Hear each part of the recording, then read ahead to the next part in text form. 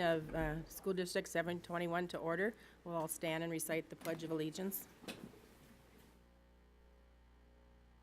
I pledge allegiance to the flag of the United States of America and to the republic for which it stands, one nation, under God, indivisible, with liberty and justice for all.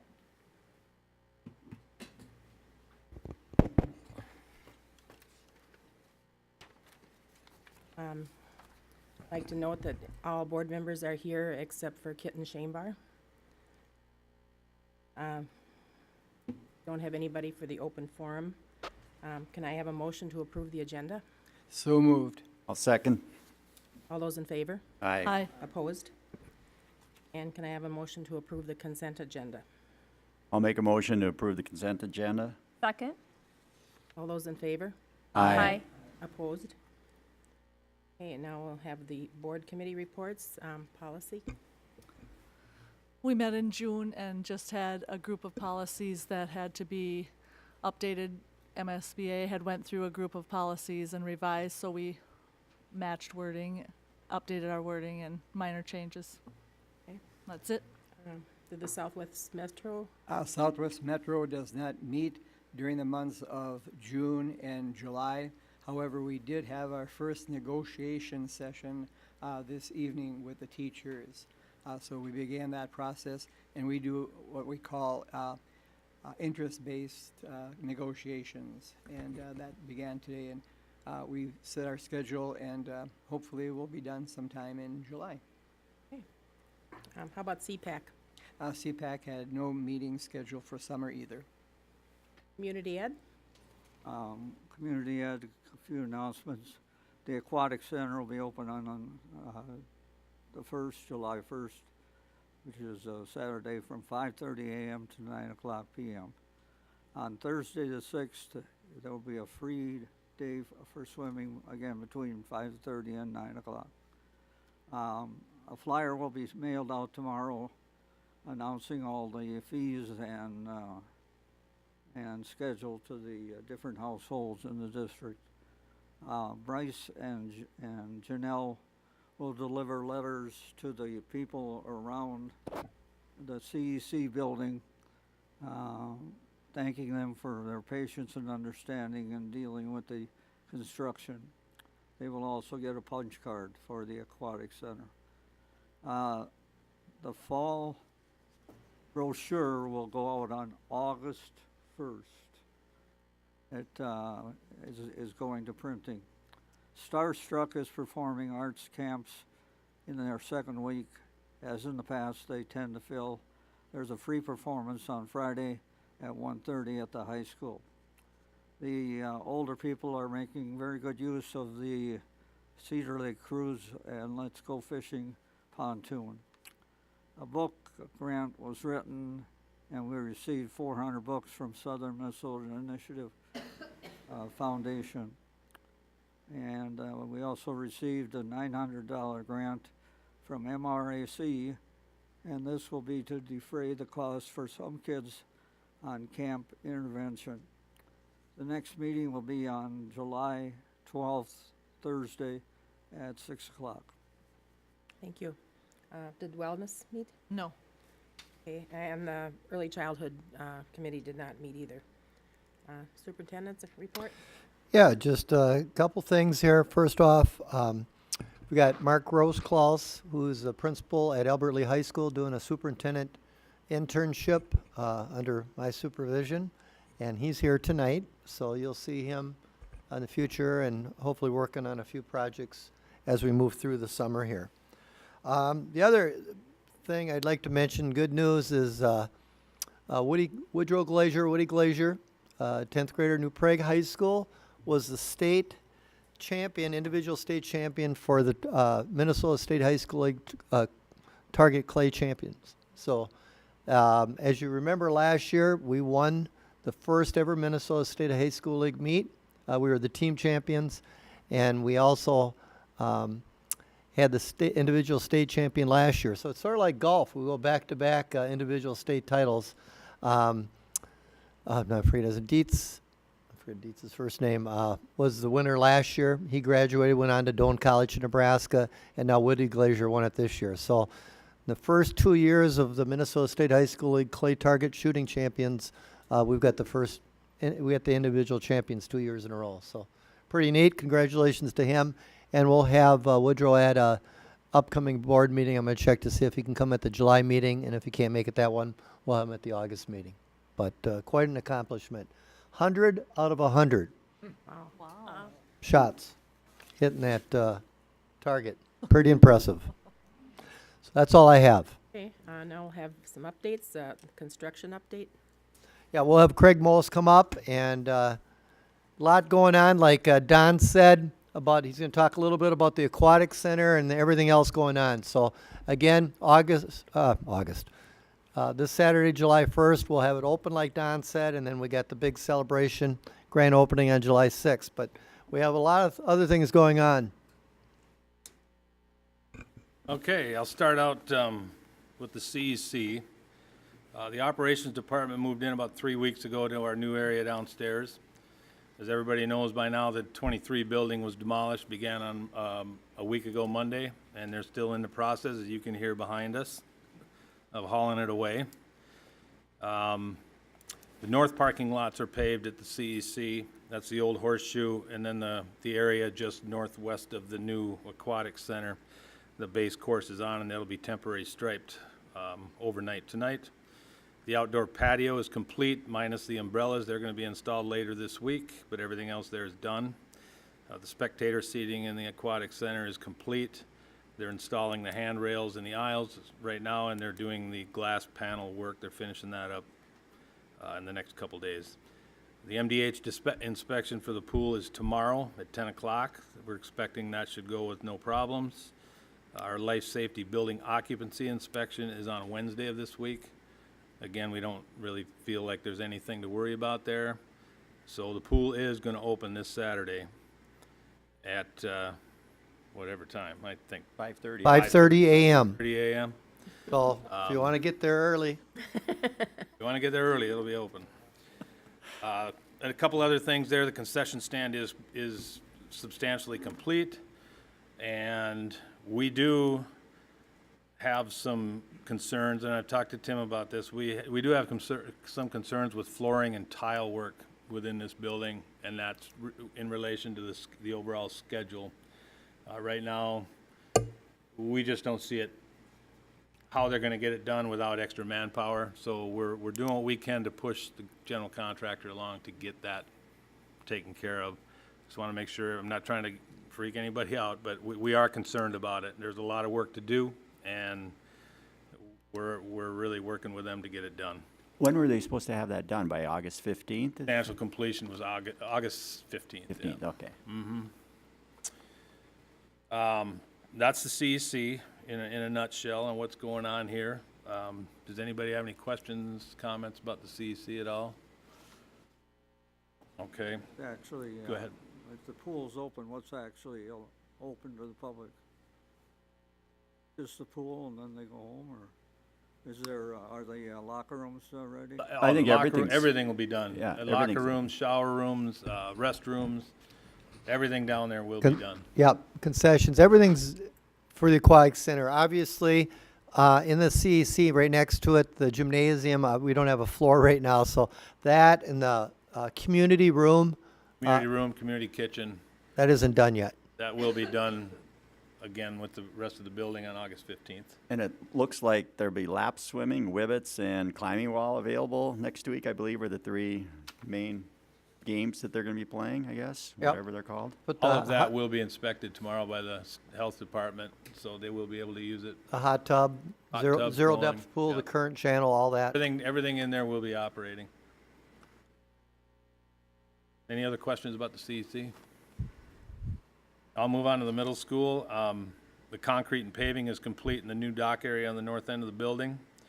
The terrazzo is being prepped in the locker bank area, and they were down there working on that today. The HVAC work is ongoing throughout the building. The special ed area is sheetrock taped and painted. The ceiling is in.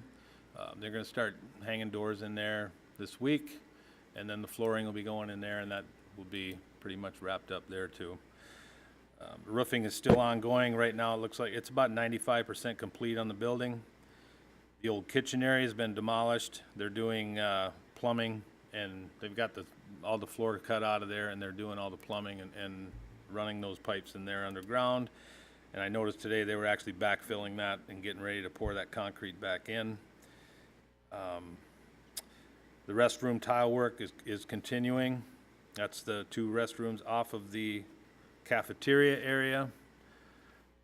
Again, we're the same contractor down there that we have here where we do have concerns with flooring, and it's terrazzo. The terrazzo down there is short-staffed, and from what I understand, it's not just here, it's other contractors as well. It sounds to me like there's a labor shortage for those types of people. But again, we're working with the contractor themselves to make it clear that that needs to be substantially completed by August 15th. So that's the middle school. They're still working on the panels on the outside of the building, but the middle school on the outside right now pretty much looks like it's gonna look like when it's done. But if you go on the inside, it looks totally different because it's all tore apart, so. Does anybody have any questions about the middle school? Oh, good. I'll move on to the Falcon and the ALC project. Both buildings have been demoed for the work that was supposed to happen. Restrooms and remodeling has been done in the ALC. The flooring's been removed in the ALC area. The new LED lighting within the classroom portions at Falcon Ridge are 80% complete. The classroom divider walls are being taped and prepped for painting. The sprinkler piping is ongoing throughout the building. The fire safety panel work is still going on. They've got about 50% of that completed. The air handling rooms have been demolished. New air handlers are on site. They should be going in later this week, being installed. The new ceiling grid is being installed in the hallways. Hand washing sinks in the restrooms, and the new drinking fountains are all in. The boys and girls restroom remodeling is still ongoing. I would say they've got most of it completed, but they still have a lot of tile work to do in there. The project is on schedule for completion on August 15th, and that project we don't really have any concerns with to meet that deadline. Looks like we shouldn't have a problem with that. So that's what's going on at Falcon and the ALC area. Any questions, comments about that at all? And the last one is the bus garage and tennis courts. The north wall has been demolished at the existing bus garage. The old tennis courts have been demolished. The footings are poured for the garage addition on the east end of the existing bus garage. The new tennis court area is being excavated, and again, we're not worried about that schedule either. It looks like the bus garage should be completed sometime in October. The new tennis courts should be completed middle of August. They got kind of behind schedule too. They were waiting for a building permit, and they ended up getting it, but they're not concerned about that. They're moving right along. So that's pretty much it. It's a lot going on. There's a lot of things happening. Staff is being very cooperative. But it's cold in here apparently. Yes, that's very cool. How about the demolition? Demolition going? Demolition is ahead of schedule. They thought after the building was down, it would take about 10 days to haul it all out. And it looks to me like they've got substantially, they're done hauling it out. They have the boiler room to demo yet. That won't take long. They'll peel the top of that off and pull that out of the ground. They did make the cut into the link back here where the 2 buildings connected. They were working on that today. And once that is down, they'll start work on that new entrance area for the early childhood. He said it should be down tomorrow. Yeah, they said, they thought, they're still working tonight as long as they can, so. And Craig didn't mention too, I think I sent an email to you, and it's been covered a little bit on the New Prague Times, but there's a time capsule. I said space capsule to Chuck earlier today. A time capsule is, we found that in the middle box, and Craig got it. We had to cut it to get it open, but a lot of neat stuff in there. Articles from the New Prague Times, Minneapolis paper, some pictures, a couple coins, and then also there was a couple memos from the superintendent and to the school board recommending to go with the bond referendum and given the rationale. And there's 2 letters. One was written in English and one was written in Czech. And I got a kick out of the most is he had a comparison in the letter to the neighboring schools, their enrollments compared to New Prague, and then also what the tax rate was in those districts compared to New. I mean, times haven't changed. And then he was also talking about, you know, if we're not going to do the bond referendum, we're going to have to close enrollment from the country schools, not take them in. Because we couldn't take them because there was already 150 kids in the district, There was a $100,000 bond, wasn't it, I think, for the $100,000 building? bond. 100,000 for, which, That was a lot of money back then. yeah, it was. yeah, it was. So it's pretty neat to see, and it's in the superintendent conference room. Some of the artifacts, most of the artifacts we're going to donate to the Historical Society. There are some, we got to get that done tomorrow, by the way. I got it done. Okay, Did it today. we're going to frame some of the things and keep some of the articles and frame them ourselves and have them around the district. There was actually a picture of a girls' basketball team and a boys' basketball team back then. That's right. In there, so. They didn't identify the individuals, though, which is. Yeah, it's written on the back. Oh. It's on, some of them are on the Individ- back. okay, yeah. that's Yeah, I great. saw that. That was before the 3-point shot.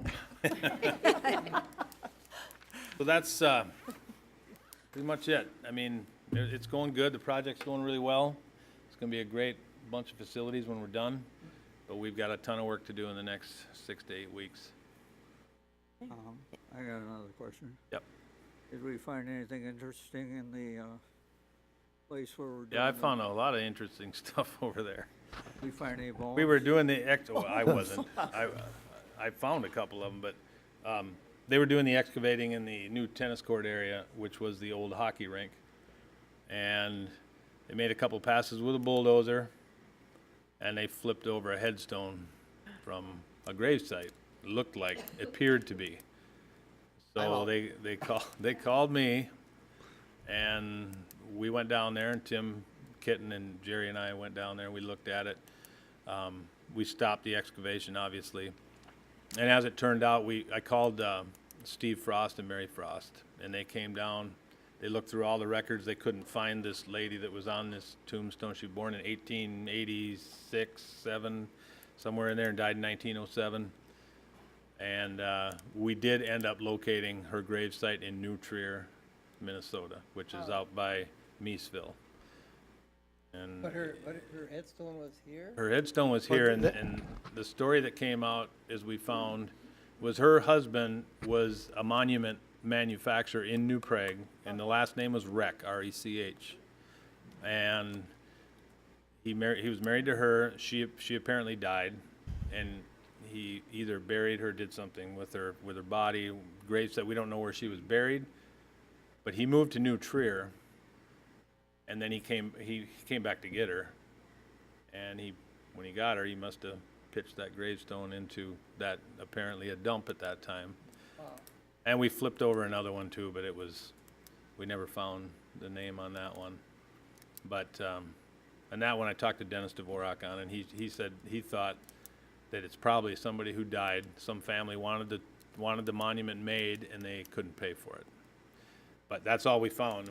So we continued the excavation, and I, with the instruction that if they saw anything suspicious, anything that absolutely looked like a marked gravestone or a grave site, that they would stop, and we never did find anything. And, after that. yeah, that you need to know too is as they were doing the excavating, it was like a junkyard. I mean, the stuff that was thrown there. There was demoed building parts, bricks, wood, other stones, and it was So it was a dumping ground. that was a And true Dennis- dumping yeah. ground. Just Dennis Dvorak did verify that there was at one time a dump in that area that everybody just brought their stuff to, so. That was kind of scary, but it turned out okay. Another form of a time capsule. That was the same day. Yeah, it's the same day. That was an interesting day, so. okay. Thank you. Craig, when the garage is completed, is it going to house all the buses and all the vans? Everything. Okay. Every vehicle that we own will have room for it, with some to spare. Okay. There'll be some spare stalls there. Yep. Okay, All right. okay, thank you. All right, thank you. Next, we have principals' end-of-the-year report. Yeah, we've got Pat Pribble from Ravenstream Elementary here and Lonnie Seifert, our high school principal. They're just going to give a brief. I've asked them to come for an end-of-year report, and then the 3 other principals will come in the July meeting. So are we going age first or?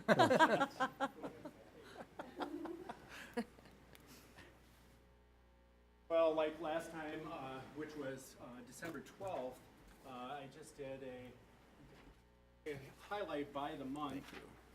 And I promise you, I'm not going to go through everything on this list.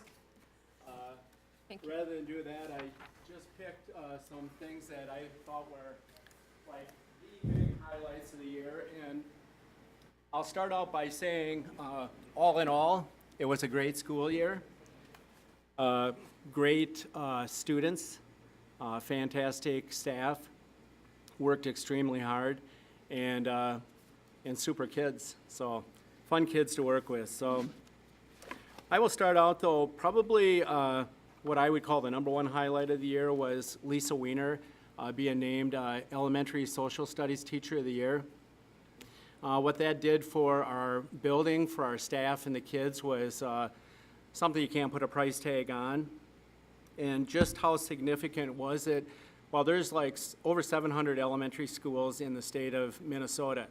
And I kind of estimated that there's approximately 30 staff members in all of those, when you count the big schools and the small schools.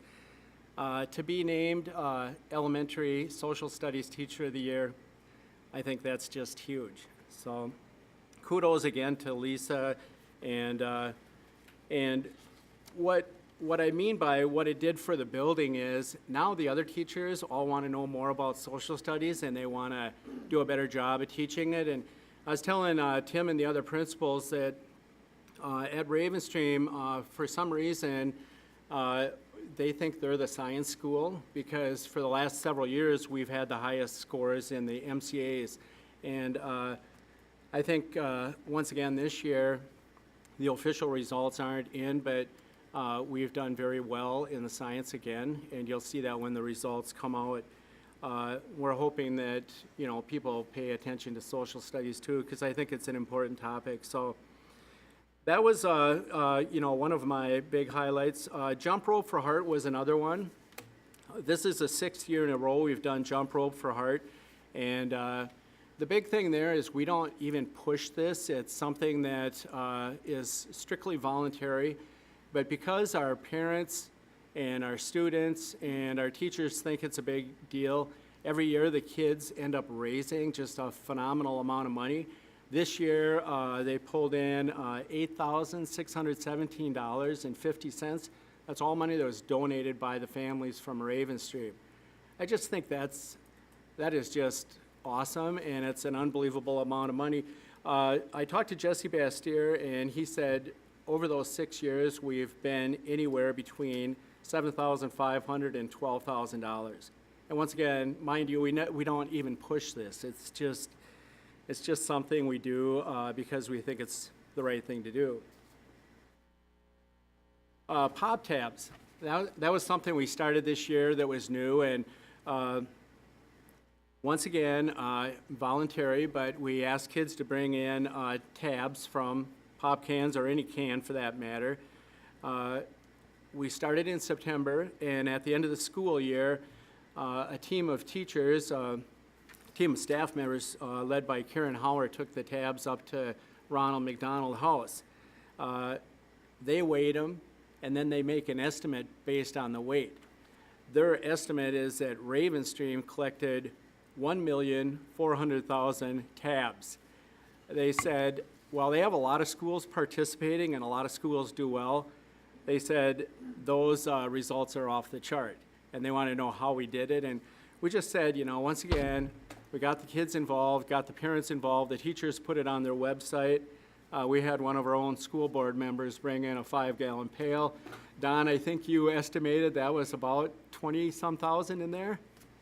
Yeah, so, but we had people bringing them in all different kinds of containers and stuff, so you didn't find any when you were excavating. We would have taken those too, but we'll start again. Our own Dave Edberg built a house for us, and really a cool three-dimensional type home, and the kids could pour the pop tabs or the tabs in the house, and then they could see them fill up. And so it was really neat. We had all kinds of kids involved in doing that, kind of led by our student council. One other big event was on May 16th, we, through the Tree Trust, we had written a grant, and much like what they did out at Eagle View, we planted trees. Over 40 trees were planted on May 16th, and all the students were involved in planting their gardens. So it was a huge day. We had a program at the end. We had Mr. Ditburner came and said a few words. The mayor came and spoke, and someone from Tree Trust spoke. And I think it was a real nice program. It was an awesome day. You know, we have the trees, we have the garden, we have the beautiful flowers that are taken care of by Trish Mosberg. I know I mentioned her last time I was here, but Trish Mosberg is one of our Reading Corps gals, but she's one of those people that is always going above and beyond. Drive out to Raven Stream on a Saturday morning or a Sunday morning, and you'll see a car parked there, and it's Trish Mosberg. She's out working on the flower gardens, and she does it because it's a passion. And she says, on top of that, you know, if she can't sleep in the morning, it's like therapy for her to go out there. And we're so lucky to have her. Before her, we had Marlene Mosberg, who would be her mother-in-law. And so if you're looking for something to do, go out to Raven Stream, take a look at those flowers and shrubs on both sides of the building. Walk around and look at the garden. I was just out there. My job, I committed to this when we did the gardens. I mow the garden lot back there, and I mowed it tonight. You know, a bunch of company kids said, Mr. Preble, what are you doing mowing? Well, I said, well, it's kind of my therapy. I don't have a lawn to mow, so I go and mow that one. But the garden looks absolutely phenomenal. We have parents that come and they take weeks. They sign up for weeks to go and pull weeds, and if there's any vegetables to pick, they pull them, and they get to take them home if they want to. And then we also have people helping water the trees. So it's a community effort, and I think more importantly, it's helping us build community out there. These kids that were involved in planting the trees, you know, they were very proud. But I think they're going to even be prouder 15 years from now when they drive by Raven Stream and they're able to tell, you know, their kids or their family that, hey, those were trees that we planted back when I was in elementary school there. So 4 students from Raven Stream were recognized for the select choir, which I think is a big deal. These kids get to go and audition, and it's off-site. It's not usually here in New Prague.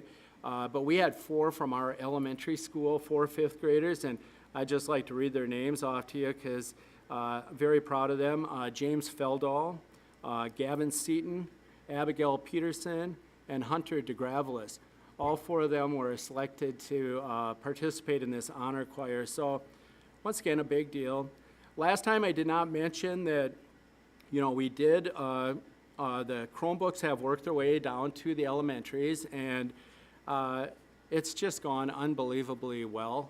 No issues. The kids, not intimidated at all by those.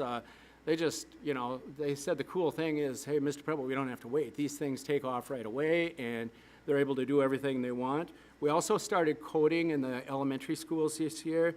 Every grade level got 20 hours of coding. And as you know, coding is learning how to do computer programming and designing games, video games and stuff like that. So the kids were involved in much more than that, a lot of hands-on stuff. It went so well that the staff at Raven Stream is very interested in makerspace. And so we went and visited a couple schools. We visited a school up in Minnetonka, and then we visited an elementary school over in Northfield and got some really great ideas. I could just quickly read off some of the things we're going to be doing at Raven Stream through our media classes. But we're going to be putting together carts, and the kids are going to be working on drones, GoPro cameras, spheros, B-bots, 3D printers, Bloxels, which all this stuff is like Greek to me until, you know, I went on this tour. Lego robotics, stop motion animation, and little bits. those are just a few of the things. The Legos, to me, was probably the most intriguing, but what they are doing at these other schools is they're taking old computer cards and they're loading them up with these different projects. And so you got your kids who, you know, they need something to do, hands-on types things. So we're going to call it something like Genius Hour, and the kids will just be able to, if they're done with their assignments, they'll be able to go over and spend 30 minutes working on these makerspace projects. So as we go along with that, you know, keeping Dave and Will in the loop, and I know they're already doing a little bit of this, but we're going to talk about it and see how it goes and go from there. So real excited about that. Just a couple other things I wanted to mention, and then I'll wrap up here. We had, give or take, throughout the year, about 640 students in Ravenstream. Our largest class was our third grade class, 126 kids in that class. And while we're watching the numbers, it was 6 sections last year in third grade. That's the largest grade level ever. We've never had 6 sections. Going to 5th grade, because of the range that you folks have developed, we'll go to 5 sections, but it'll still be very comfortable with 25, 26 students in a section. That's first time 4th grade will ever be 5 sections. With that, we went down 2 teachers in 3rd grade. Sandy Schenecker, as you know, retired. And then we're taking Katie Lockram and we're moving her down to 2nd grade, which will go up to 5 sections. So I want to mention too that our Ravenstream family grew. By family, I'm talking about the staff. We had 4 new babies arrive during the school year. Abby Kendrick, Amy Bombardo, Elizabeth Schenecker, and then Matt Phillips' wife. All 4 of those ladies delivered, and we do have 1 more on the way, Molly Schmidley, due sometime here in August, September, and that's all I have for you. But once again, it's been a great year, and wondering if you have any questions for me. What's Cuckoo Kangaroo? Oh, Cuckoo Kangaroo, you know, they were at the Twins, before a Twins game last year, and you probably weren't at that one. I know a lot of the elderly people asked me what that racket was, but these guys are just unbelievable. They know how to incite a crowd, and they incited our kids. They come down and they just, their whole message is about exercising and being active, and so they've got a lot of silly things they do, but the kids love it. And I was telling the folks from the Ed Foundation that if they wanted to get a record turnout at their fall event, to invite those guys down, and they would come, but you would have more people than you knew what to do with. And kids just love them. And a lot of adults do too. One of our parents on the PAC is a groupie. She follows them everywhere. So she was able to get us kind of a special deal. And yeah, so it was a lot of fun. The kids loved it. So. Hey, thanks. All right. Thank you. Thanks so much, Pat. Appreciate it. Thank you.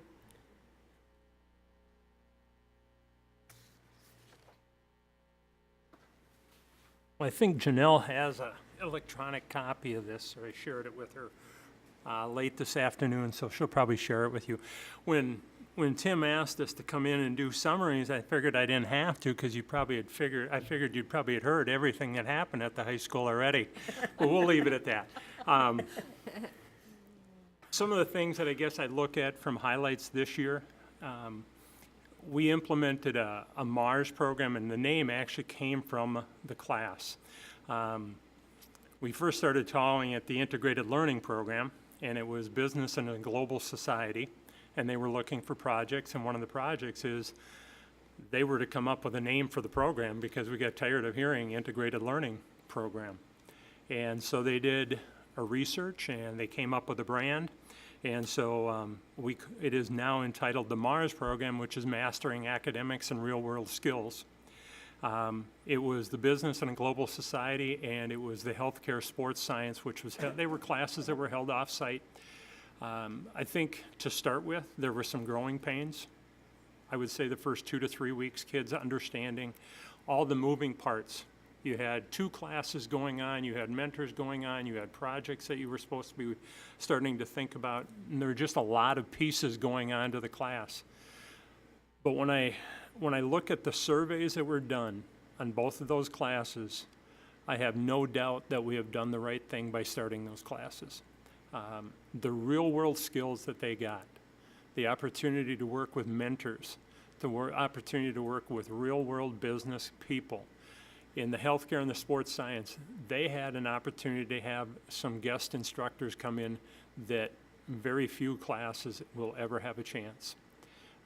They had a chance to go visit some sites, and we will continue to build on that as we go forward. But that's probably one of our highlights of the year, was getting those programs started and then now trying to build them. The other part, some other things for the year, we added 2 college-level classes that were new this year. We added the Normandale freshman composition class, which 62 kids took the class, earned 4 college credits each, and that is a real nice complement. That composition class is a nice complement to our College in the Schools, which is offered through the University of Minnesota.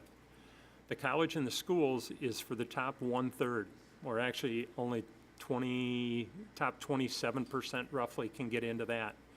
So we had kids saying, I can't get into that because of their class rank or whatever.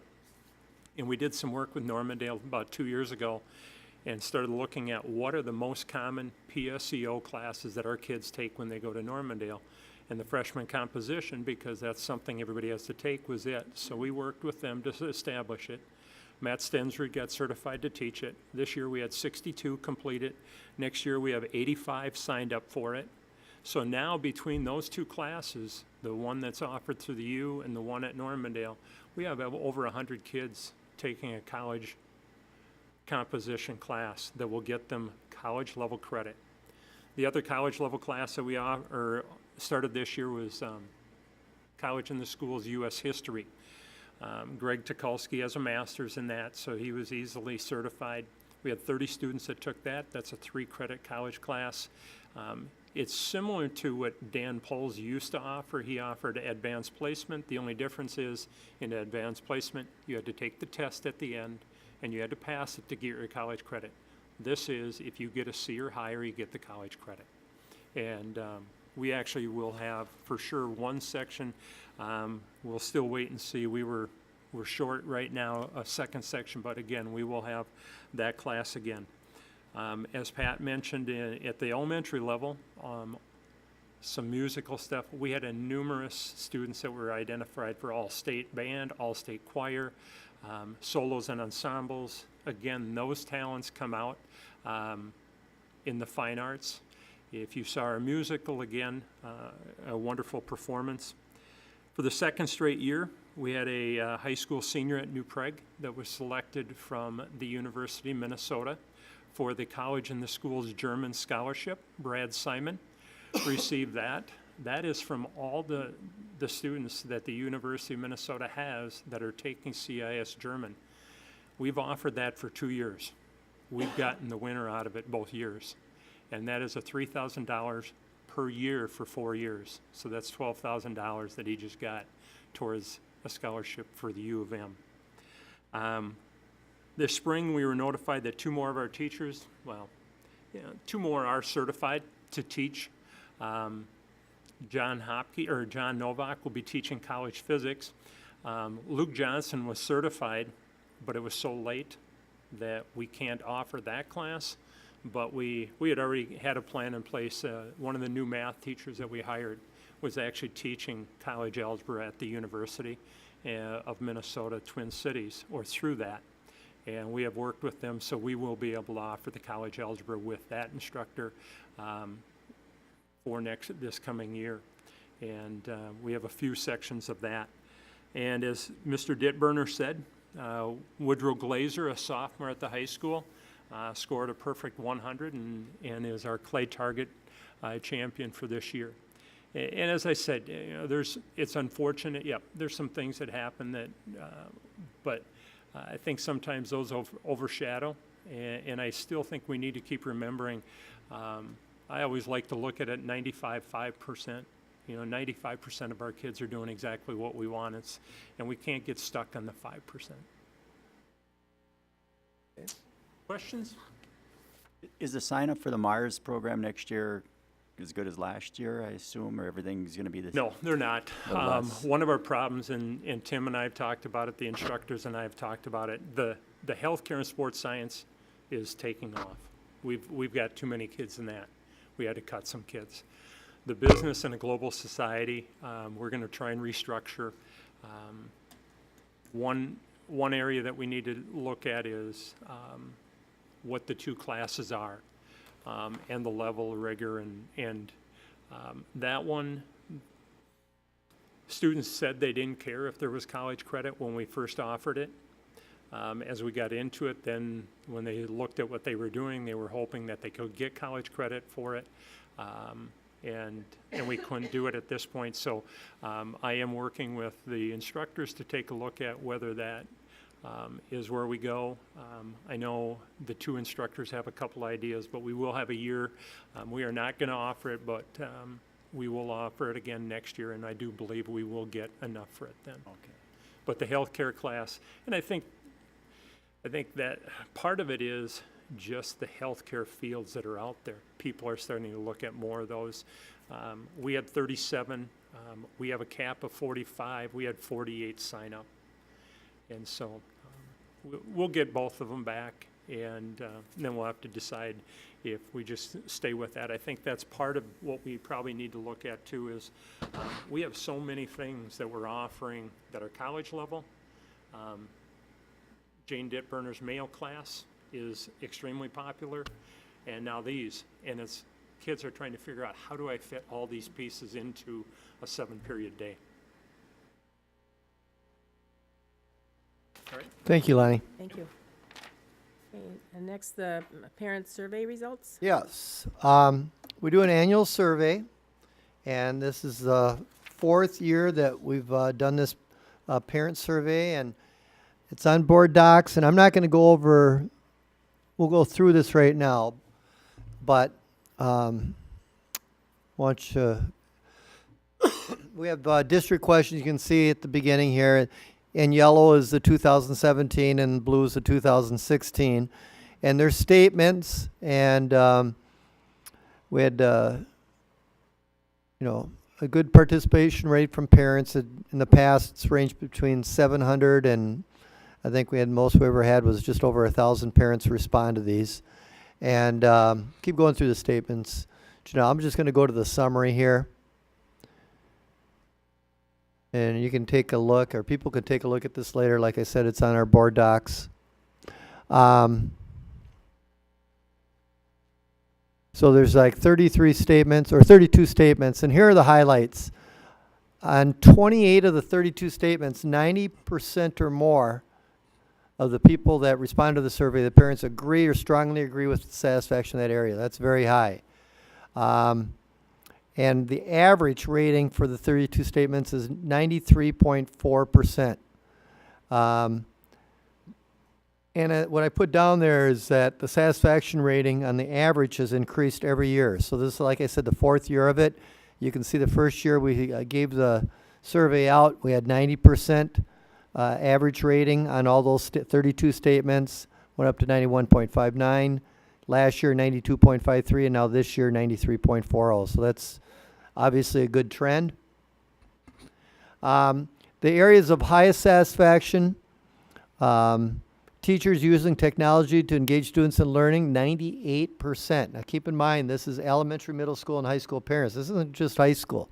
So 98%. We've obviously we've done a lot of staff development. We had great buy-in from the staff right from the beginning, and it's been a great learning tool technology has for our kids. School is clean and well-maintained, 98%. So kudos to our buildings and grounds staff and Craig Most and all his staff members. They do a wonderful job. The environment at my school, at my child's school, supports learning, 97%. My child feels safe at school, 97% also. And then overall satisfaction with my child's school, 97%. So we're very pleased with those. Those are just some of the highest ones. Areas of lowest satisfaction, aware of the school district's mission and vision statement, and that's 89%. And we have, our district mission is engage students and support students at high levels of learning, and our vision statement is to become a premier school district. But that one has improved over the years, even though it's at 89%. It's still its highest rating ever. A child's teacher sharing timely information with me about the child, that was 87. They're encouraged to participate in extracurricular activities is 87. And then school district providing healthy meal choices was 85. But I noted there, 3 of the 4 here have improved from the past several years. And the healthy meal choices actually has improved. It's gone from 74 to 77 to 82 to 85. So Kim Frana and her staff, they're trying new things. They're doing breakfast at all the schools, more menu choices, and it's getting better and better. And we're very happy what's going on with our nutrition services right now. So very positive. So I wanted to share that with you. Do you have any questions? Okay, so that's our annual survey. Next, we have the baseball lease. Okay, Sandy will come up for the baseball lease here.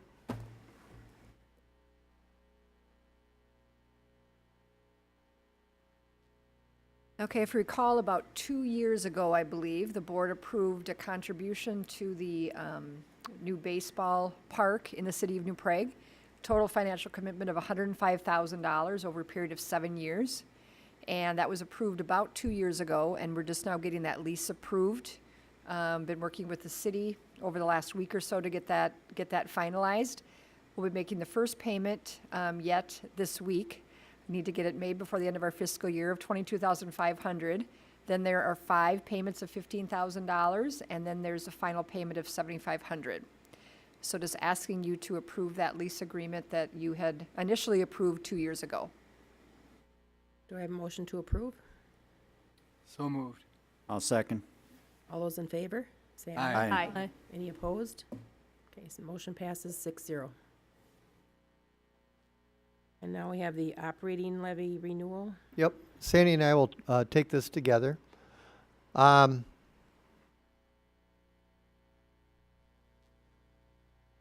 right, our current levy with the local optional and the board converted one comes to $724. Our total levy is $870, and the voter approved one was for $146.70. Now keep in mind, let me just go a little back in history here. It was voter approved back in November 2011. We did it 1 year ahead of time, so it really didn't kick into 13-14. It was a 5-year levy, and we're entering our last year of that levy. The state legislature, the law was changed where basically the 724 part became board approved levy, and the remaining part of 146.70 is voter approved. So we're going to come back to that in a second. So if we decide to renew, we'd go for that voter approved if we stayed at the same amount. It's just 146.70. So if it did not get approved or we did not go for a levy, we just have 724 as the amount. Now that part that's voter approved, if we did not do that, we'd lose basically $654,000 of annual revenue. That make sense? All right, let's keep going here. Some of the key decisions on whether to hold a special election, and we'd have to hold it this November 7th, is the amount, again, whether to renew or increase the levy amount. The levy type, which we're going to talk about in a second here. Sandy's going to talk about the two types. You could do an operating levy or you could do a capital, specifically a technology one. How many questions, and if you had a contingent structure. The number of years, like I said, we did a 5-year. That was the last one, was a 5-year. Some districts go 6, some go 8, and as Sandy will explain here in a second, the maximum is 10 years. And there's an inflation factor, and some districts have done that, but it's such a low amount that we probably wouldn't be recommending that. But there's some decisions that need to be made. And again, tonight, just like the work session, I just want to give you the information, and I think at our July meeting, I think we really got to start talking about pros and cons, and we get to options when it comes to that. Some key decisions I went over. Now we're going to go over levy type comparison. I'm going to ask Sandy to go over the difference between operating levy and a capital project. So first of all, talk about the tax base. How is the levy spread on the tax base? For an operating levy, it's based on referendum market value, and ag land is not included. So farmers basically, it's what's included in the referendum market value is the house and 1 acre of property. For the capital projects or the technology levy, it's on net tax capacity, and the ag land is included. Equalization aid, this is important. An operating levy, it's eligible for equalization aid. That's where the state of Minnesota tries to equalize the impact to local taxpayers based on the tax base in the community. So some communities have a lot of industrial tax base, a high industrial tax base, and so it's the overall tax impact for an individual taxpayer is a lot less. New Prague doesn't have a lot of industry in our tax base, and so how much it costs a local taxpayer is more than in other districts, and so equalization tries to equalize that out. Operating levy, it's included, and capital project technology, it is not eligible. Operating levy is not restricted revenue. It can be spent on anything, teacher salaries, operations, technology, textbooks, really anything. Capital project or technology levy, it would have to be spent on what we tell the taxpayers we would spend it on. In this case, it would be technology. It could be our Chromebooks, our iPads, it could be staff computers, it could be technology staff that help support our students and staff, but it would have to be spent on certain things. Maximum length for both is 10 years. The operating levy is levied on a per adjusted pupil unit. So you'd ask for instance, $100 per pupil unit. A capital projects or technology levy, you levy a tax rate. So what happens to revenue in future years for the operating levy, if your pupil counts go up, your revenue goes up. If your pupil counts go down, your revenue goes down. Same with the technology levy. As your tax capacity increases, as a district, our revenue would increase, but if it goes down, it would decrease. So for instance, 7-8 years ago, our net tax capacity was actually decreasing, so our revenue would decrease if that would happen. Right now it's expanding, but you don't know what's going to happen in the future. Inflation factor is optional for an operating levy. It doesn't apply to a technology levy. And again, I explained that the revenue generated and how it varies based on enrollment or net tax capacity. So those are the two types of levies that we have as options. Yeah, and then you can see if it was an operating levy, if we increase by $100, you can see the additional revenue that we'd get per year and the tax impact on a $200,000 home. So if we increase the levy by $100 per student, the tax impact would be $42 a year on a $200,000 home. And you can see there if we went up 150 or 200. And basically the last time we did levy, we increased by 100. Okay, took that current amount there. Technology levy, what Sandy put together was a comparable tax rate number and what that would increase the revenue by.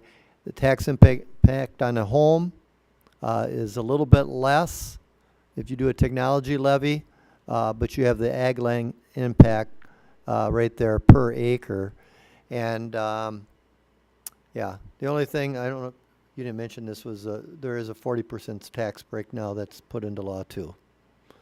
So those are the two different types. Go ahead. Just taking a look here at our 10 comparable districts. We're about right in the middle, basic minimum is $724. Every school district in the state does the voter-approved baseline amount, and Sartell is just a little bit above that, and we're just about 150, 140 some dollars from the minimum.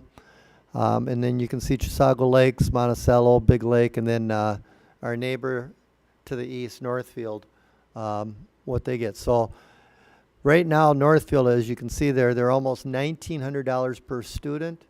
And then on top of it, they have a technology levy too. So they're getting about $2,100 per student. They're getting about, over $1,200 per student. And you can times that times 4,000. So it's quite a bit of money. And they are proposing to increase this fall. Yeah, by $250 more. This competitive data, if I took 3 districts from talking to families and parents when they look at districts around the area, probably the 3 that come to mind the most, that are most like us demographically, would be Prior Lake, Lakeville, and Northfield. You can see what Prior Lake, their levy amount is, Lakeville, and then again Northfield. Lakeville has a technology one also. So they have both. Statewide average is just under $1,400. And like I said, we're at $871, so we're well below the state average for this. Just some information too that I got from the state. Technology levies have in the last 7 years have passed at a 72% rate. Operating levies have passed at a 69% rate. Then where does our revenue come from? Now, the state, when you hear about 2%, which we're very grateful that they came through and just put money on the formula, even though they went to a few other areas too. But 85% of our funding comes from the state. And local is about 10%. So when we say that $871 per pupil, that comes at about 10% of our budget. Federal money, we don't get very much federal money. 1.8%. We have a very low free and reduced lunch population, or I should say 2.6, and then is it 1.8 is other. So that's where our funding comes from, just so you're aware. And that's it. Any questions or comments? We're going to have further discussion at a work session, or I think I'd like to have it in the open on the July meeting, and okay. because we're going to have to vote on it at that first meeting in August, which is a work session, but we'll have a special business section too. Can I give my opinion to the board, or now, or would you prefer waiting? I mean, I guess go ahead. I guess I'm hoping that we do go with one question. It's simpler, and that'd be an operating levy, and increase the money to the operating levy. We just did a $60 million bonding, and I think agriculture, I'm going to stick up for agriculture, they get hit pretty hard, and an operating levy is more equitable or more fair to everybody. And if we do a technology bond, a second question, that would impact agriculture again. I know it's a small amount, and I know they'll say 40% or whatever. We don't know exactly what that comes to, but I guess it's something to think about down the road here. But I think one question, an operating levy would be fairer. I'll just piggyback. I'd say the same thing. We just finished a bond referendum, like Jerry said, where ag gets hit harder. And I will go back. Not going to say every ag owner, just like a homeowner, supported or voted yes or whatever, but they were very understanding and supportive. And I think it's going to be, it'd be hard to go back and do a technology or capital levy, especially when we just finished 2 years ago a bond one. So what Jerry says, as long as we're talking, we'll talk about this too. Some of my notes right now that I've mentioned to some of our administrative team, we had a meeting, is we have to have a simple message that's easy to understand and be able to articulate. It's got to be a need. And this community will support if it is a need. And like Jerry says, with being one question. So it's something that we can support with, obviously, like we're talking right now, it has a limited tax impact on our district residents for whatever it is. So we're just gonna have to talk, as we talk about this, we've got to, again, it's gotta fulfill a need. We can't take a risk that it's gonna be too high and it fails and we go back to 724, because that will be some major cuts. But we can't go too low that we know that it's going to, so we can continue to offer, you know, important programming and keeping our people here, have good staffing. So it's gonna be a fine line, and we need to talk about that. And obviously, too, I'll give you, before that meeting, too, some pros and cons, for some things to think about besides some of the things I'm mentioning right now. We have to make the decision by August, the first meeting in August, correct? Okay. And I think it'd be good to have Kit in here, obviously, too. She'll be at that meeting. Okay? Right. All right, thank you. Okay. Next item is the second reading and approval of the 2017-18 budget. Okay, this is the final reading, and I'm asking for approval. We have to statutorily have approval for our budget by June 30th of each year for the following year. Basically, our changes in the general fund since the first reading. We did increase the gen ed revenue formula from a 1.5% increase to a 2% increase based on what the legislature did. As Tim said, we really appreciate that from the legislature and the governor. I had a couple of operating capital changes. Had a small decrease in the middle school musical instrument allocation. Basically, they purchased 2 instruments this year instead of 1 this year and 1 next year, so we moved them all into this year. We were able to take away a project, eliminate the digital radio upgrade based on some changes that the bus garage was able to make in our radio, so that eliminated the need for that project. We had to move the backup and virtual server project from 17-18 to 16-17 due to necessity. We had some issues, Greg did. Greg Penn had some issues, and that was slated to be done in July. We needed to move it up to June, or it would have cost the district more money. We'd have had to fix what we had, plus change out the servers. And so we just moved that project up, so it just flipped years is all it did. In the long-term facilities maintenance, we were able to lower our estimate for the parking lot coating project by $10,000, but we had to add $100,000 for the bus garage. The existing building structure needed to be fortified, and that was qualified for LTFM, and we're running very, very tight in our bond, so we moved that to the LTFM. And then we are no longer assigning funds for turf replacement, as I talked a couple of weeks ago. So this is the new preliminary budget, the final one that I'm asking for approval. Total revenue of about $43.5 million, and total expenses about $41 million. That's for total, and I show the unassigned as well. No, excuse me, I'm sorry, I said that wrong. Revenue of $41 million, and expenses of $43.5 million. Sorry about that. Okay, this shows the general fund balance history, and it shows right now 15-16 where we're at, and it does show that declining this year. At 16-17, we still are, the last day of our fiscal year is Friday. We're still in 16-17, and then what would potentially happen next year. These are our reserved and committed funds. Staff development staying, this year would end up about 30,000, decrease a little bit next year to 14,000. LTFM this year would end up about 140,000. Next year, that revenue source increases for us, so we'd be at 346. Operating capital will stay fairly stable over the next 2 years. Gifted and talented will increase slightly this year and then go down because we have some new gifted and talent offerings we'd like to offer our gifted and talented students. Safe Schools stays about stable at that $60,000 to $70,000 mark. Severance this year was very high. We took a big drop because we had all of our teachers retire, and we see a small drop again next year, but most of our severance has now been paid out, and then turf is showing at 0. For our 2 funds, our 2 non-major funds, nutrition and community services, this year we show nutrition services ending up at about $310,000, next year about $360,000. For ending fund balance, community services ending up this year at about $360,000, and next year over almost $600,000. And the detail is actually in the budget report I'm just giving the very high level in the presentation tonight. Construction and bond funds, this year we should end up our construction fund at a little less than $8 million. And next year it should be zero. That's the plan. It should be zero. If we've planned right and everything happens right, we hope to be at zero at the end of next year. Bond fund stays pretty stable. We don't have any refundings or anything, so 1.4 million this year and 1.6 million next year.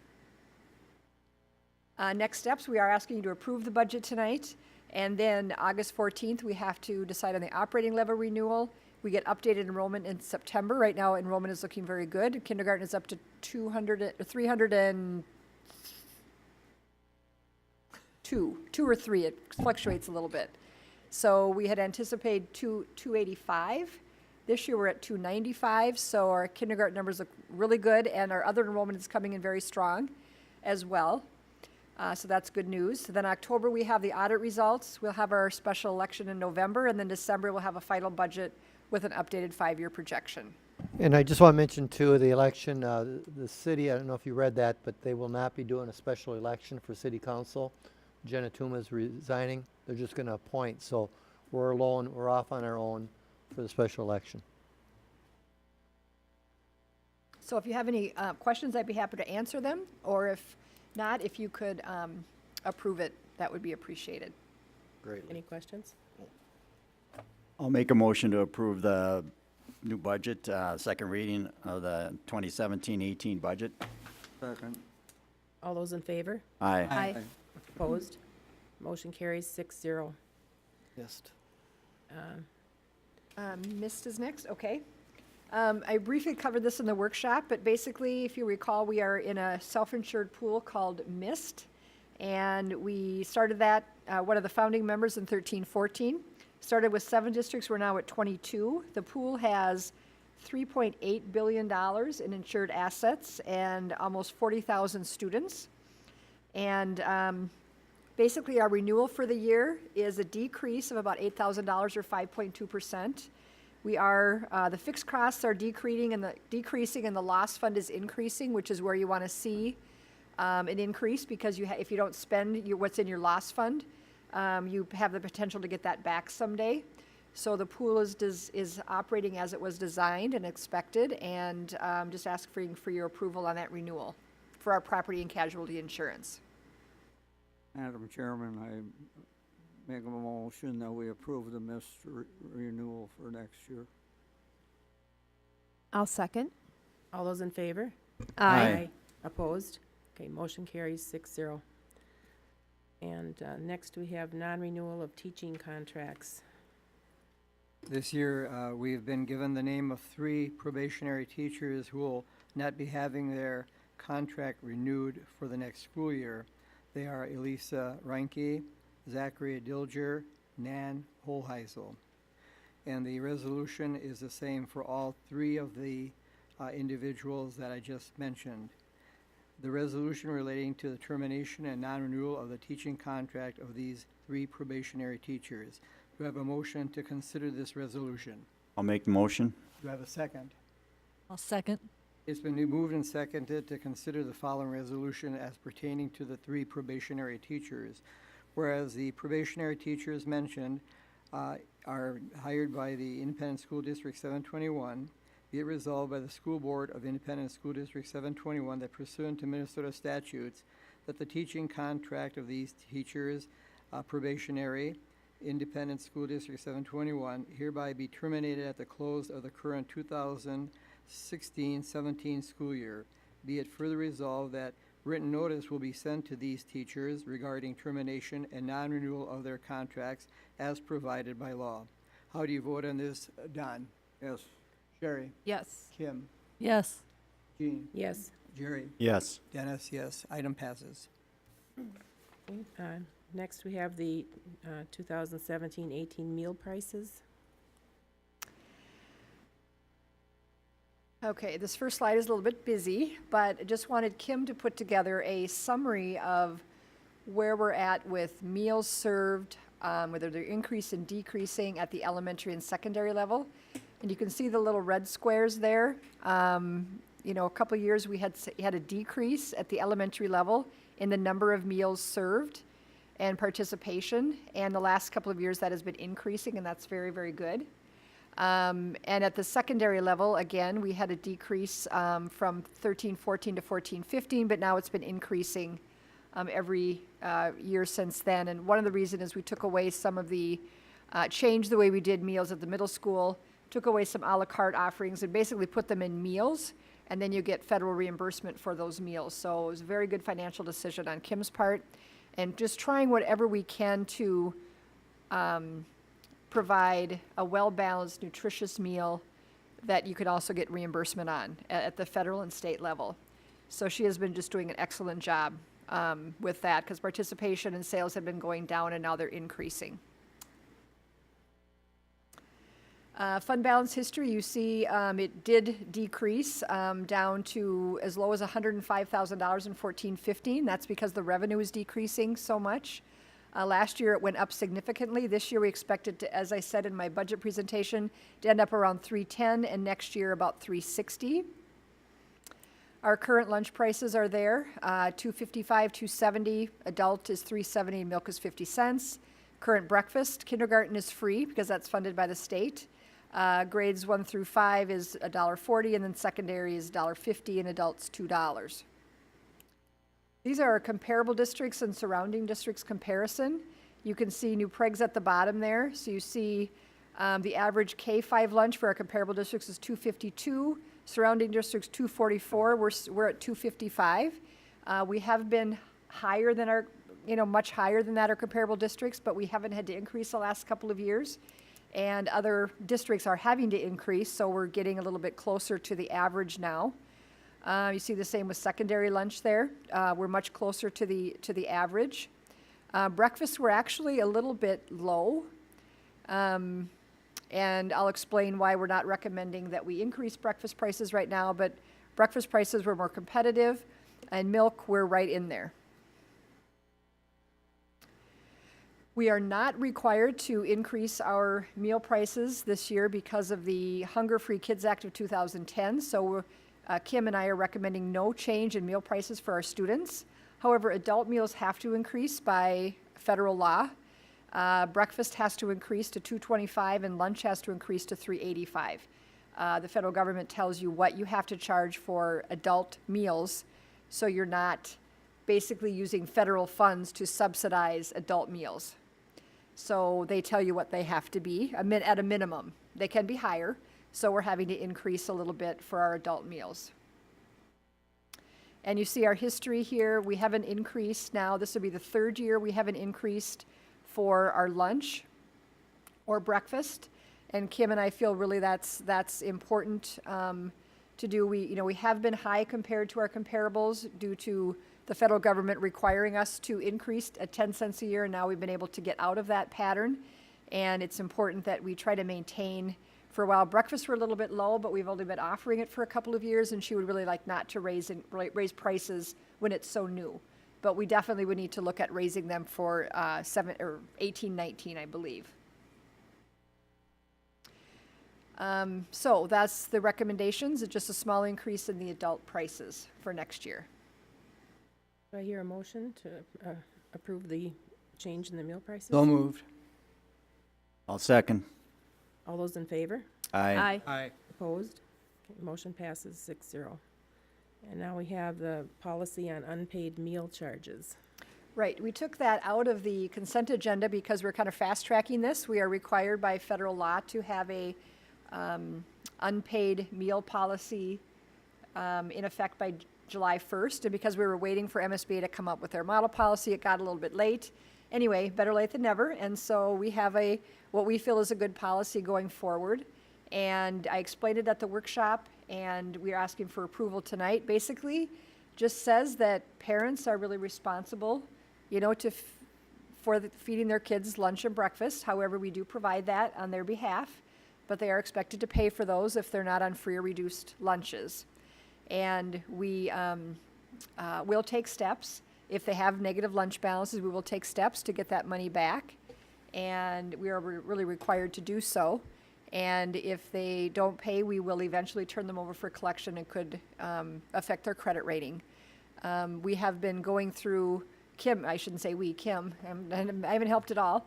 Kim has been going through a lot of old balance information, negative and positive. We're trying to get it all figured out. So we hope by the time we start the school year in August, we hope to basically have no negative lunch account balances.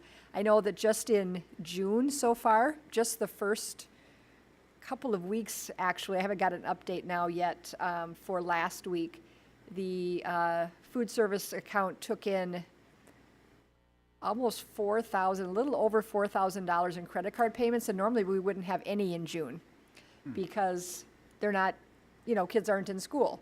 So people are paying. We've turned a bunch of accounts over to Transworld, and that is not yet at the collection standpoint, but it's just, a collection effort, and it seems to be working.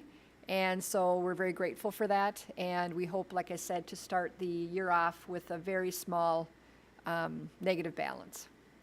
How are we gonna get the policy or the new policy out to parents? Is there a plan for that, or? Yes, so we have a mandatory mailing every year, and we're going to do that in July this year. And we will send it out in that mailing, as well as along with our free and reduced application and meal price information. Okay. Do I have a motion to approve the, This is the first reading, isn't it?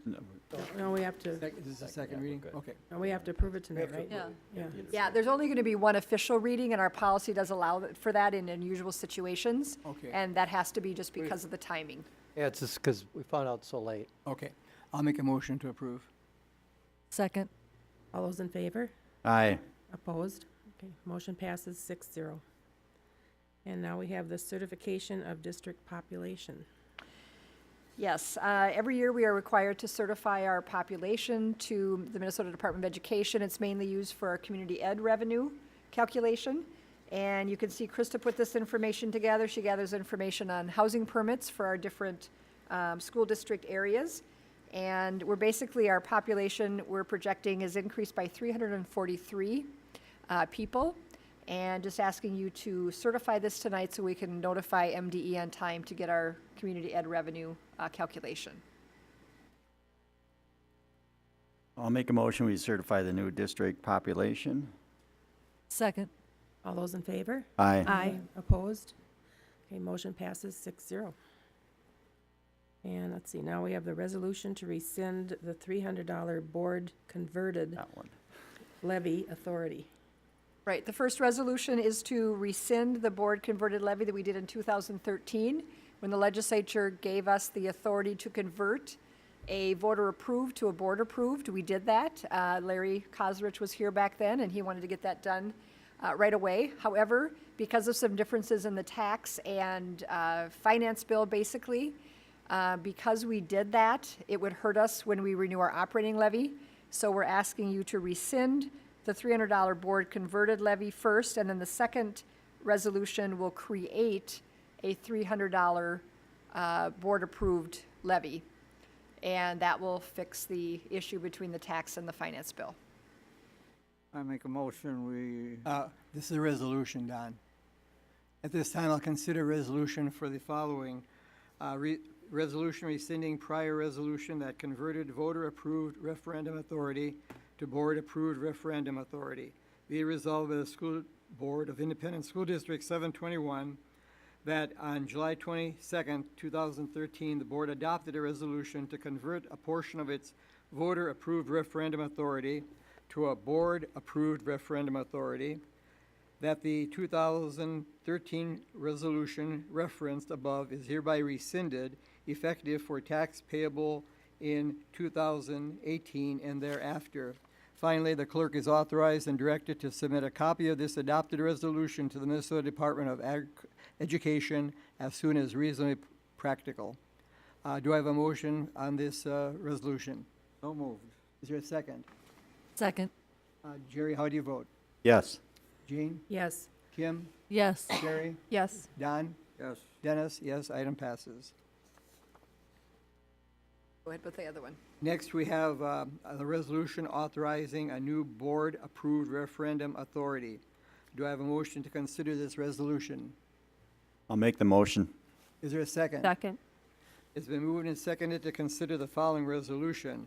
Be resolved by the School Board of Independent School District 721, State of Minnesota, that current authority, the district has no current voter-approved referendum authority. Approval of new authority pursuant to Minnesota statute section, the board hereby determines to authorize a new board-approved referendum authority in the amount of $300 per adjusted pupil unit. This new board-approved referendum authority shall be further adjusted based on final pupil unit data. It is the intention of the board to create a maximum authority for which it is eligible, not to exceed $300 per adjusted pupil unit. This new board-approved referendum authority, as adjusted, shall be applicable for 5 years, beginning with taxes payable in 2018.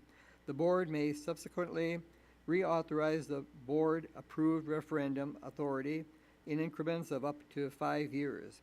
The clerk is hereby authorized and directed to submit a copy of this adopted resolution to the Minnesota Department of Education as soon as reasonably practical for its adoption, but no later than September 30th of 2017. How do you vote on this? Don? Yes. Sherry? Yes. Kim? Yes. Jean? Yes. Jerry? Yes. Dennis, yes. Item passes. And next is a resolution approving the Fund 4 transfer.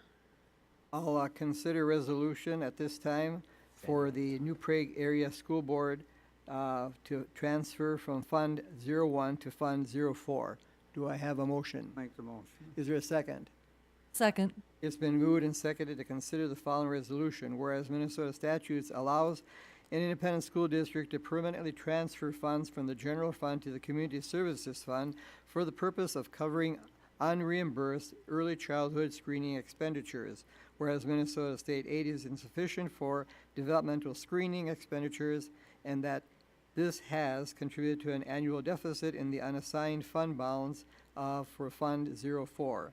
Now therefore be resolved by the New Prague Area School Board of Education that New Prague Area Schools will transfer $10,000 of its unassigned general fund balance to the assigned Community Services Fund for the year 16-17. How do you vote on this, Jerry? Yes. Jean? Yes. Kim? Yes. Sherry? Yes. Don? Yes. Dennis, yes. Item passes. And now a resolution approving the severance commitment. Did you want to say something about the severance? Just, this is something we do every year, just to make sure that we have enough money set aside in our general fund to pay for future severance. And you notice the amount is going down. At the end of last year, we had $630,000 committed. And at the end of this year, we'll have less than $300,000 committed. So we still need to take formal board action to make sure that money is put aside. I thought the severance was over. Excuse me. We still have severance for some technology people, as well as some principals. They have been sunsetted, but we still have employees that are grandfathered, principals and technology staff. Okay, at this time, I'll entertain a motion to consider the resolution to commit funds for future severance and other post-employment benefit payments. Do you have a motion? I'll make the motion. It's been moved Second. and seconded to I'm sorry. Oh, sorry. I really don't want to get Many this of these. right. The second? A second. Whereas the current master agreements with principals and technology staff include a severance or other post-employment benefit provision that represents a future liability to the school district, whereas reporting guidelines allow by board resolution a school district to commit unassigned general fund balance to account for future severance and other post-employment benefit liability. Now therefore be resolved by the New Prague Area School Board of Education that New Prague Area Schools will commit a portion of the unassigned general fund balance to account for future severance and other post-employment benefit liability to enable better planning for future payments as it desires. The school board can adjust the amount of money committed for these purposes within the general fund balance. The Board of Education committed $632,332 in the general fund for school year 15-16. The New Prague area school district expects to pay $348,385 in severance payments during the 16-17 school year. The Board of Education commits an additional no money in the general fund for the 16-17. The total amount of general fund committed for the end of the 16-17 school year is $283,947. How do you vote on this, Jerry? Yes. Jean? Yes. Kim? Yes. Sherry? Yes. Don? Yes. Dennis, yes, item passes. Next is a resolution to uncommit funds for future artificial turf replacement. At this time, I'll entertain a motion for the resolution to uncommit funds for future artificial turf replacement. I'll make a motion. Do I have a second? Second. It's been moved and seconded to consider the following resolution. Whereas the district had committed $75,000 of its unassigned fund balance in the school year 15-16 for artificial turf replacement, whereas long-term facility maintenance revenue is now expected to cover this future expense, now therefore be it resolved by the New Prague Area School Board of Education that the New Prague Area Schools will uncommit the portion of the unassigned general fund balance that was to be used towards replacing the artificial turf in the future. The amount of general fund committed at the end of the school year 16-17 is zero for this purpose then. How do you vote on this, Don? Yes. Sherry? Yes. Kim? Yes. Jean? Yes. Jerry? Yes. Dennis, yes, item passes.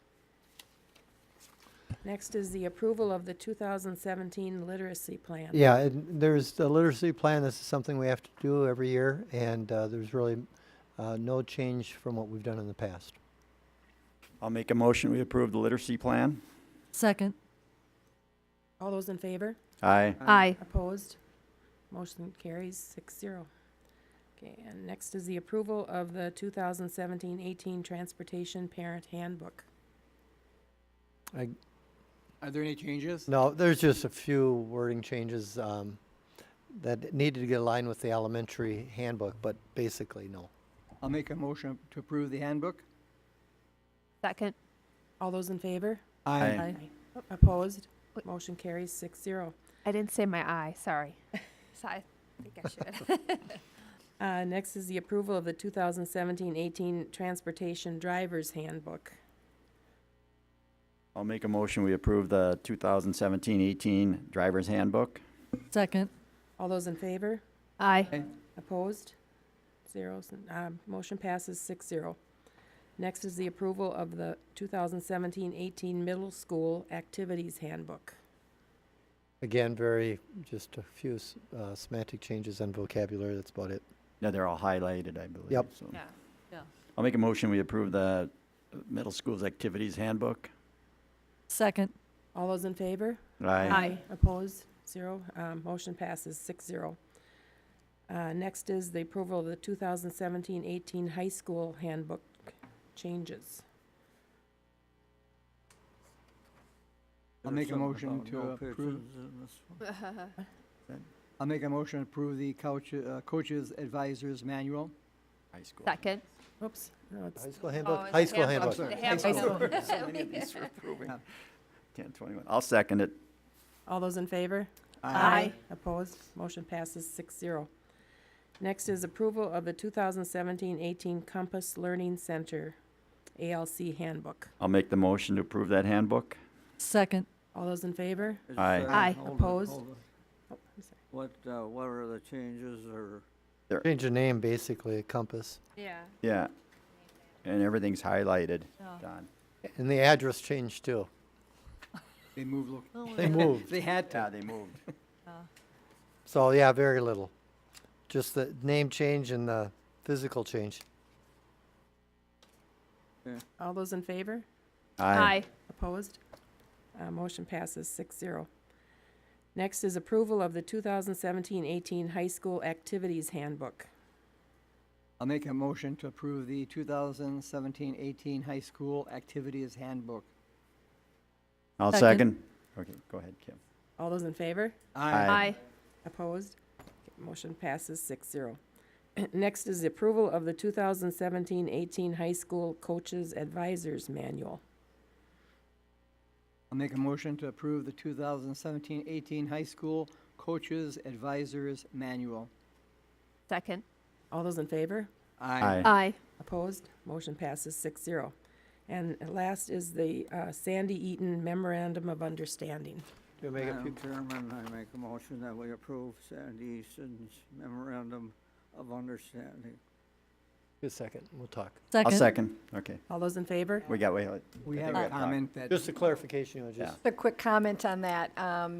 You know, Sandy has retired. We had a retirement celebration for her and everything, but she has some comp time and vacation time that rolls over. And so her actual official retirement date is August 31st. So this just gives us the authority to pay her for that because her memorandum of understanding ended on June 30th, 2017. So instead of paying her out for this time, we're going to be paying it over a period of time. So her last official day is August 31st. All those in favor? Aye. Aye. Aye. Opposed? Motion carried. And last is motion to adjourn. So moved. Okay, Second. All those in favor? Aye. Aye. We are adjourned, and my voice is giving